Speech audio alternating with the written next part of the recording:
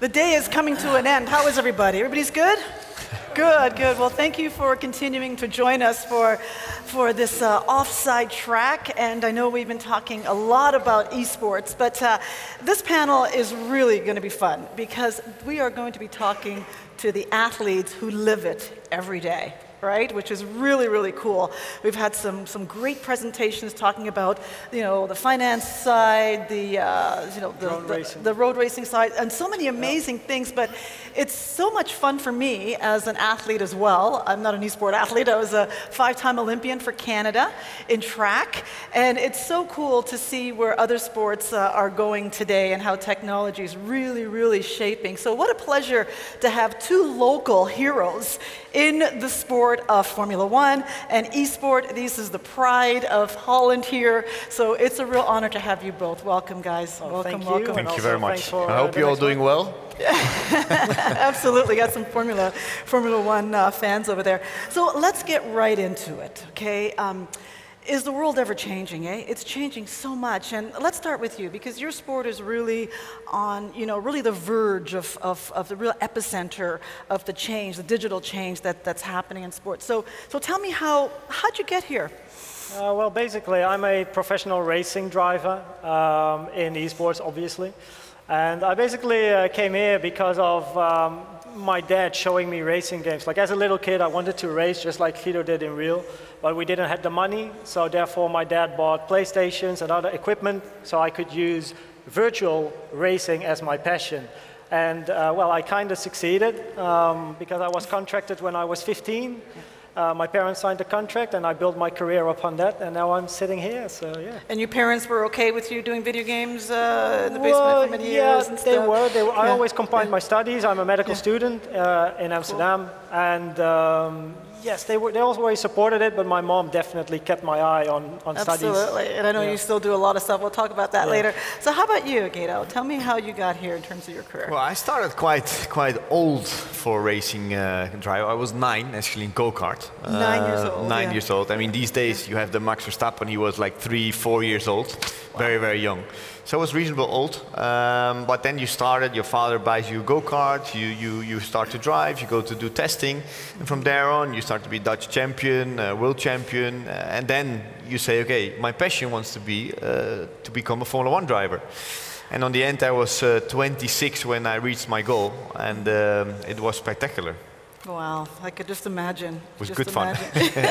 So tell me, you two have a lot in common though, right? Even though you come from fundamentally different sports. One is in the virtual world, one is in the real world. But let's talk about what you have in common. I'm going to talk about first to you, the word fear.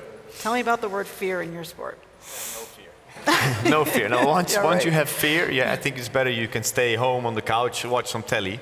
I think you have to go to a track, and it's quite dangerous. A lot of things can happen. But the most important thing is that you don't have any fear. But your question also, I mean, with Koen and I do have a little bit of a comment, because as a race driver, you're not able to drive every day in a car. Like a football player, if they go to train, they play with a ball. But race drivers, especially when you race Formula One, we have maybe 8 days of testing, and then you have the races. And next to that, you have like simulators where you practice with the team to perform better, to make yourself sharper, especially with electronics of the steering wheel. You have so much things. And that's why I think we have a kind of a common in simulators and racing. Yeah, I do think, considering like I've never driven a real car, obviously you experience both worlds, but looking at the people racing in Formula One or other championships, I do think like hand-eye coordination is very important, obviously as a esports player, but also as a Formula One or whatever driver you are, because you need to like pick a point in the corner, like the apex, and you want to steer towards the corner. So it's about your eye focusing on that point and then steering the car at the right moment. Obviously, as well as fear. I mean, as esports athletes, we have no fear because we can't die. So obviously, that's something in common. But I think hand-eye coordination, muscle memory, very important. Obviously, they train in simulators for a reason, also before like a Grand Prix. Like also get the muscle memories back up on level. So those are important aspects that we have And also, I think, to be honest, you know, as a simulator, for every weekend we jump in, we go to the team, you sit down with the engineers, you speak with them, you make sure everything is good for the weekend, and then you jump in the simulator, and it's just a practice to memorize the circuit, memorize the steering wheel, all the settings what you have, and to prepare yourself for the weekend. Because on a weekend you have 2 times 1.5 hours, and then 1 hour extra, and then you have the qualifying already. So not a lot of time. And I think the preparation, especially to know your braking marks, to know where you have to turn in, you know the gears, which corners, and I think that's very important for us. And all the different tracks too, right? Also, I mean, learning a lot of tracks. Yeah, basically, it's just a good preparation for a GP weekend. And obviously, I don't really have GP weekends, so. How often? Like, how many competitions would you have in a year versus? Ooh, that's a good question. I didn't have this question before. No, so this wasn't. No, I just throw things out. I have no idea what the answer might be too planned. Like but I lost talking spontaneously, and I have championships throughout the year, like tourneys everywhere. I would say it's between 10 and 20, like bigger events that can be in the Netherlands or outside of the Netherlands. And then. Obviously events like this, but you don't play games here. Exactly, but there is a system around. There is a training system. And you were telling me earlier that you have a whole manual that you have to memorize. I mean, all those, you know, every scenario and all, like, every single button. It's actually quite crazy. I mean, you know, you come up the ladder, you race F3, you race F2, and the steering wheel just have like 4 buttons. More normally, when you go in the pit, you have a pit limiter, you have a radio button where you can speak with your engineer. And then finally you go to Formula 1, your goal, you jump in, or you go to the factory, and then they say, this is a book, you have to teach it or you have to learn it in 2 weeks before you start testing. Okay, so you open the book, and there are so many different things in the book. You have to be a mathematician and an engineer and just everything. Yeah. There are 70 switches on the steering wheel. 70 switches, wow. And next to that, when you are jumping in the car, you still have to memorize your steering wheel. Of course, you have the upshift, the downshift, the clutch, the pit limiter radio, which you still remember from the younger classes, but then suddenly you're doing 320 plus, and the engineers say, hey, there's a sensor problem, you have to do AB28 acknowledge. All within seconds. AB28, oh shit, oh, you also have to brake. And that's really, really tough. And I think to come back to the simulators, and I think the esport as well, there you can practice, because the more you know where all the buttons are and the switches and what you have to do, you can practice at home. Yeah, it's like these are like the really high-end simulators, because you have simulators from all different kind of aspects. Like you have the cheap simulators without all those buttons, you simply have the pedals and the steering wheel. But the more you invest, the more buttons you will have. So exactly, like you can practice. So the more money the sport, the more buttons, right? Is that what you're saying? The more, you know, the more basically capabilities. The more you like to invest in your equipment, the more realistic it will get. Yep. So obviously we do have steering wheels with all the buttons, but most of the time at like races we don't really use it. Yeah. But you could use it depending on the scenario, right? Like if the weather is different, you change your wheels. We don't talk with engineers, for example, because we have our headset listening to the game, or we don't talk with engineers, so we don't have to like really focus on 2 things at the same time. Obviously, you have tire wear and some of the little buttons, but you don't have to communicate with the pit wall, for example. So it's all you, pretty much, right? And the game, and the game, exactly. Yeah, wow. But on the other hand, if we go from the virtual racing track towards a real racing track, you do see people like Rudy van Buren, he's now a simulator driver for McLaren. You do see that at the Race of Champions, he performed very well and also beating well-known drivers in the racing world. So you do see there's like a little one-on-one connection between virtual and real. Let's take a step aside from your worlds for just a second, and universality of sport is something that we always talk about in traditional sport and esport now, as this moves into become more and more global. You're hitting countries that don't have a lot of that capability. You talk about the simplicity of it. So how do you get someone who is watching you on television, and now the whole world's being inspired by what you do? What do you say to those young people who might be wanting to get in, and their ability to sort of crack into this from developing countries? Like, well, the best thing is you buy some equipment, steering wheel, pedals. Of course, you need to have a computer with all the equipment on it as well, and then you start racing. Of course, you need to have the game. There's a lot of games these days. And I think you have to start practicing, because the more you practice, the better you become. And I think that's the most important thing. The equipment these days is not so cheap, so you need to have kind of a budget as well. Which is a problem in developing countries. Yes, that's right. Yeah, accessibility. Which is tough, but for sure, if you're able to buy it, for practicing. When we look at esports, then the main continents are like Asia, Europe, and America. So basically, Africa is kind of out there. Oceania is out there as well. South America is out there, because mainly North America, it's very popular. And Brazil, by the way, that's very popular as well. But we are missing Africa for a reason. Many people in Africa don't have the money to actually buy a affordable PC that can run Project Cars, Assetto Corsa, Formula 1 as a game, or R Factor or other games. It's too expensive. So I do think in those countries, like there are probably many talents, also many talents for maybe Formula 1. However, we'll never really see those talents because they can't have the equipment. But I do hope that in the upcoming years, equipment gets cheaper because it gets produced even more and it's more accessible. And hopefully the economics of Africa, for example, or other developing countries, for that matter. Yeah, regions, I'm just saying Africa, developing sure. countries, absolutely. And therefore, we can actually find those talents inside a game. And when you can find talents in the game, you might actually extract them in the future to put them in like a Formula 4 seat and see how they do. Yeah. And that already happened recently, and I think Giedo knows him better than I do. Do you want to share that story? Yeah. Yeah, so I used to help a young kid. He was racing last year GP3, and his younger brother, he was quite good in simulators. And of course, last year they had a competition with McLaren. On the end, the final, there were two Dutch drivers, so that was quite interesting. Then Rudy, who we just mentioned, he won the competition, so he became the official McLaren test driver for the simulator. Oh, cool. But the other guy was still going on and was sitting home and was like, Dad, I want to try a Formula car. So he on the end jumped in, he did his first test. Straight away after 10 minutes of on the track, he was like in between 1 second of the leader. So wow.